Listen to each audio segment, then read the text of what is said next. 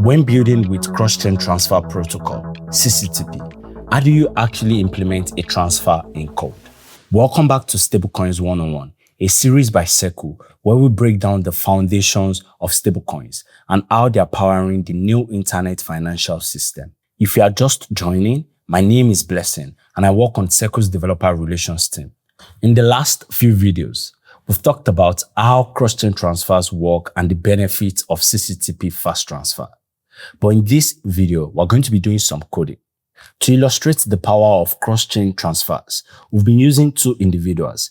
The first, Alice, a developer who has built a multi-chain wallet application, and the second, Bob, the application's user. So let's step into Alice's shoes as a developer and walk through a real code example moving USDC between blockchains using the latest version of CCTP contracts. So here's the scenario.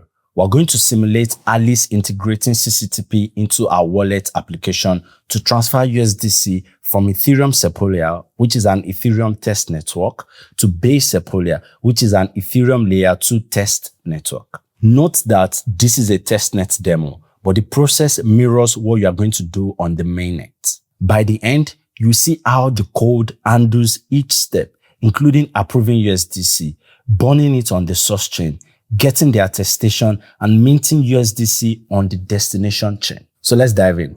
Before any transfer, we need to set up our environment.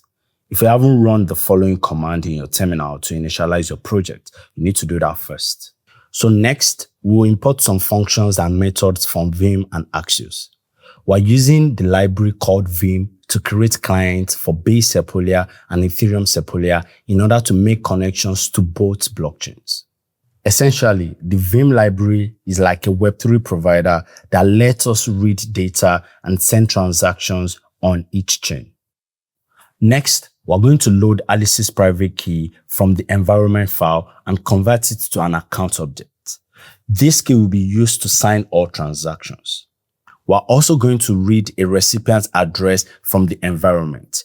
This is where the USDC will go on the destination chain, and that's Bob's address on Base Sepolia. After that, we then set up a wallet client for each network so we can sign and send transactions. We're also going to set up a public client for reading blockchain state and waiting for confirmations. This initialization step is boilerplate, but it's super important, and it means our script is now authenticated as Alice's wallet and ready to interact with both the source and destination chains. So after the environment setup is complete, we're going to define the relevant contract addresses and constants needed for CCTP on these testnet chains. So let me break down these constants and go through them one after the other. There are three things we need to set: the USDC token contract addresses on each chain, the token messenger, and the message transmitter address. A quick note on these addresses.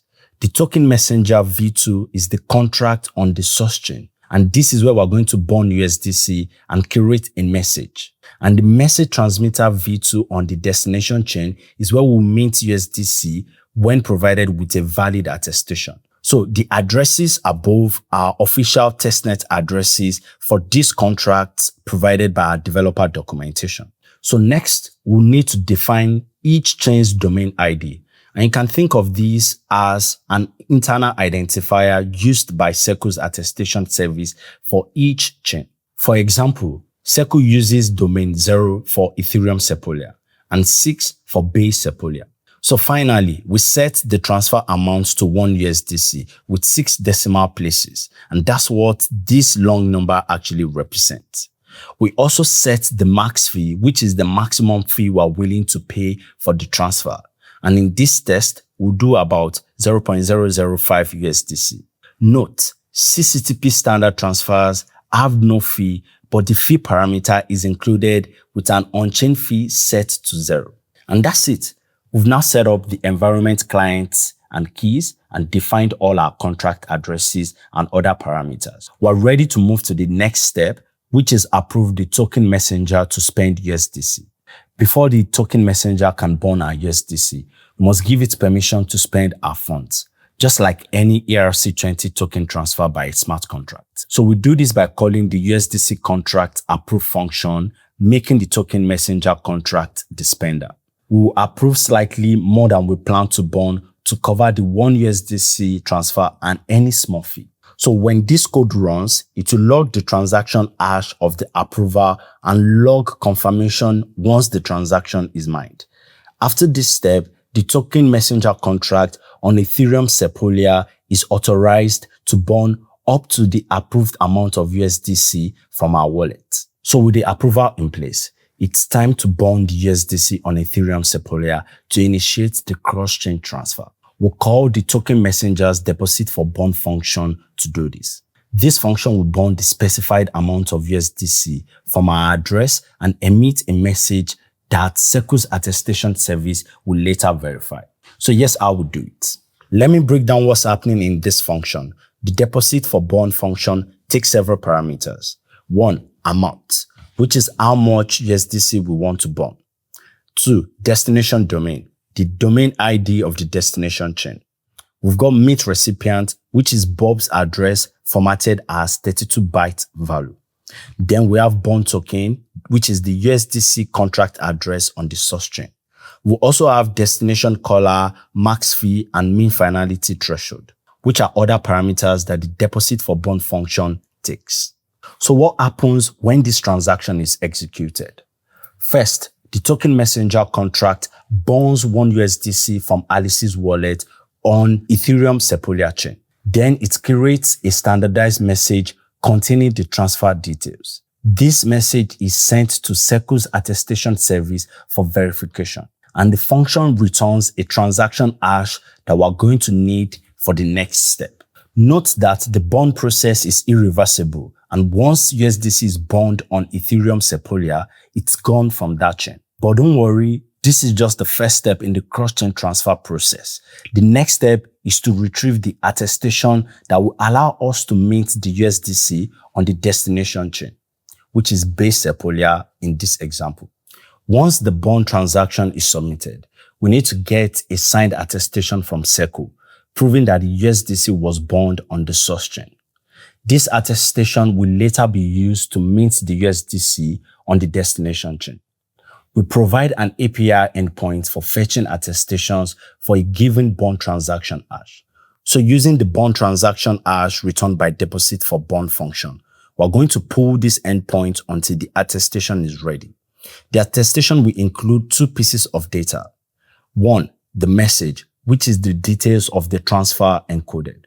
And 2, the attestation, which is Secu's signature on that message. After that, we're going to fetch the attestation with Axios by interacting with the Iris API. Let me explain. This function called retrieve attestation continuously checks the attestation service. Initially, there will be a short wait while we confirm the bond. And once we get a response with the status complete, we have what we need, which is a blob of bytes for message and attestation. After that, we're going to perform some error handling through the rest of the code. And now that we've retrieved the attestation with this piece of code, the next step is to mint USDC on the destination chain.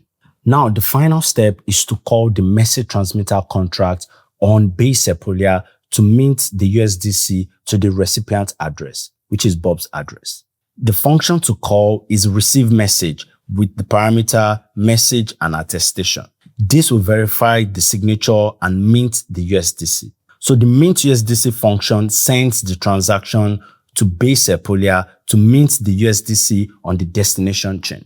And behind the scenes, what we're doing is we're calling the message transmitter contract, and it handles a few important checks for us. First, it confirms that the message we're passing in was actually created by a valid token messenger, meaning it checks that the source and destination domains actually match and the token, the amount, and recipient are exactly what they should be. Next, it verifies the attestation. That's the cryptographic signature from Secu's attestation service. This proves that the bond on the source chain really happened and it was approved. Finally, it makes sure this message hasn't already been used before. That's how it prevents someone from trying to mint twice off of the same bond. So all 3 of those checks happen automatically in the contract. And if everything looks good, the mint goes through, and then the contract mints 1 USDC our amount to the specified mint recipient, which is the address that we provided earlier on base Sepolia. At this point, the cross-chain transfer is complete. The USDC has moved chains, and there we have it. In just a few steps of code, we demonstrated a full cross-chain USDC transfer using CCTP. By walking through Alice's integration process, you can see that the heavy lifting, deboning, attestation, and minting is handled by Circle's infrastructure and smart contracts. The developer's job is mainly to coordinate these calls and handle the responses. The end result for the user, like Bob, is a seamless transfer of value from one chain to another, almost magically fast and secure. This demo brings to life the concept we discussed earlier, and you can see that USDC's interoperability isn't just a theory. It's something you can actually implement with a few well-placed API calls and contract interactions. Whether you're building a wallet, an exchange, or any multi-chain application, integrating CCTP means you can move USDC for users with ease, leveraging the speed of CCTP fast transfer and the safety of Circle's attestation process. So we hope this hands-on example inspires you to start building something with CCTP and unlock cross-chain functionality in your own projects. I'll see you in the next video.